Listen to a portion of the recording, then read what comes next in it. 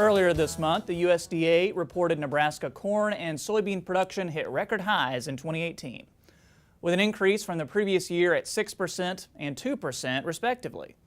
And with planting season not too far away, it's time to do it again. We called in Nebraska Extension plant pathologist Dr. Tamra Jackson-Ziems to help you in deciding your rotations, selecting the seeds you'll use, and spotting diseases. Tamra says that even though there isn't anything planted yet, it's never too early to get ready for the upcoming growing season.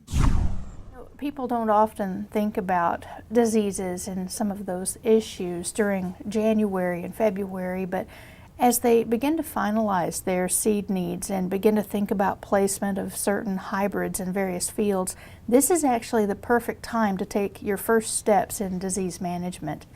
And a lot of that process is to take a look back at previous years and to think about which diseases you've had and in the corn and the soybean, and to look at which fields had the biggest problems, and knowing which diseases were there, and knowing that many of our seed companies offer hybrids and varieties that are resistant to many of those diseases. You can select varieties and hybrids that will help you reduce disease that may not require any additional pesticide inputs. And in fact, resistant hybrids and varieties often do not cost any more than other hybrids. So it can be a very economical way to start off your disease management.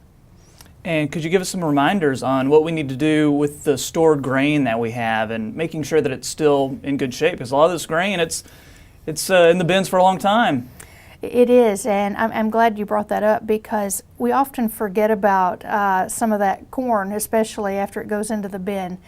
And in fact, at the end of the season last year in 2018, there were a lot of problems toward the end of the season that could spell trouble for some of our stored grain in the coming months. And so it would definitely be worth people's time if they continue to monitor the quality of that corn and maybe soybeans too in the bins. And in particular, for instance, we had some ear rot diseases like caused by fusarium this last year. Well, any of those ear rotting fungi can continue to grow in the bin if the conditions are not right. And even under the best storage conditions, you're just hoping you can at least keep the quality of the grain the same. But as temperatures fluctuate widely as we move into spring, warmer temperatures will mean the outer edges of the bin and the grain warm up. And it can create condensation, moisture inside the bin, and of course moisture is something that will induce more growth of those fungi. We also had some soybeans last year that were not the best quality, and if they went into the bin, some of those fungi may grow as well. And so I would keep a watch on that, especially as things warm up. And that leads into my next question, corn diseases. What were some of the biggies in 2018 and anything you're keeping an eye on for 2019? Well, in 2018, a snapshot looking back, we had probably more bacterial leaf streak than we had in 2017. We're still paying attention to that disease. It's still newer to us, and a lot of people may not be familiar with it yet. And so we're still working to identify exactly how much yield loss that disease can cause. And although we may not have commercially available hybrids that are resistant to it, advertised maybe in a seed catalog, if people work with their seed company agronomists, they may be able to identify a hybrid that might be better fit for what they've got. And working with us too, and where they're seeing the disease and when. So I'd watch for that early in the season. Last year though, as things moved on, and warm, wet, very wet conditions drove a lot of disease development. Gray leaf spot for one of them. A lot of people used fungicides. Maybe they hadn't had to recently. And so gray leaf spot, we have a lot of resistance to gray leaf spot, so let's get some of those hybrids out there. In addition, as we got into the end of the season, stalk rot diseases and ear rot diseases became a lot more important to us. Managing insects can be one way to help us manage ear rot diseases, but we also have resistant hybrids for stalk rot diseases too.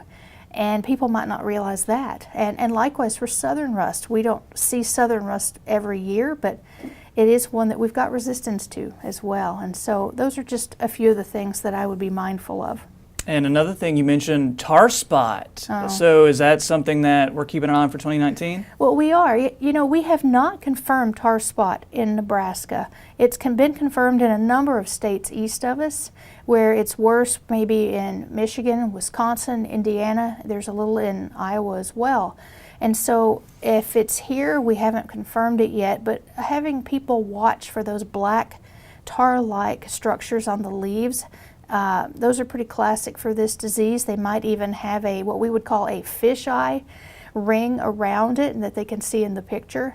And so watch for those diseases. And if they think they have this, or if they have a question about disease identification, submit a sample to the Plant and Pest Diagnostic Clinic here at UNL, and we'd be glad to help people identify those.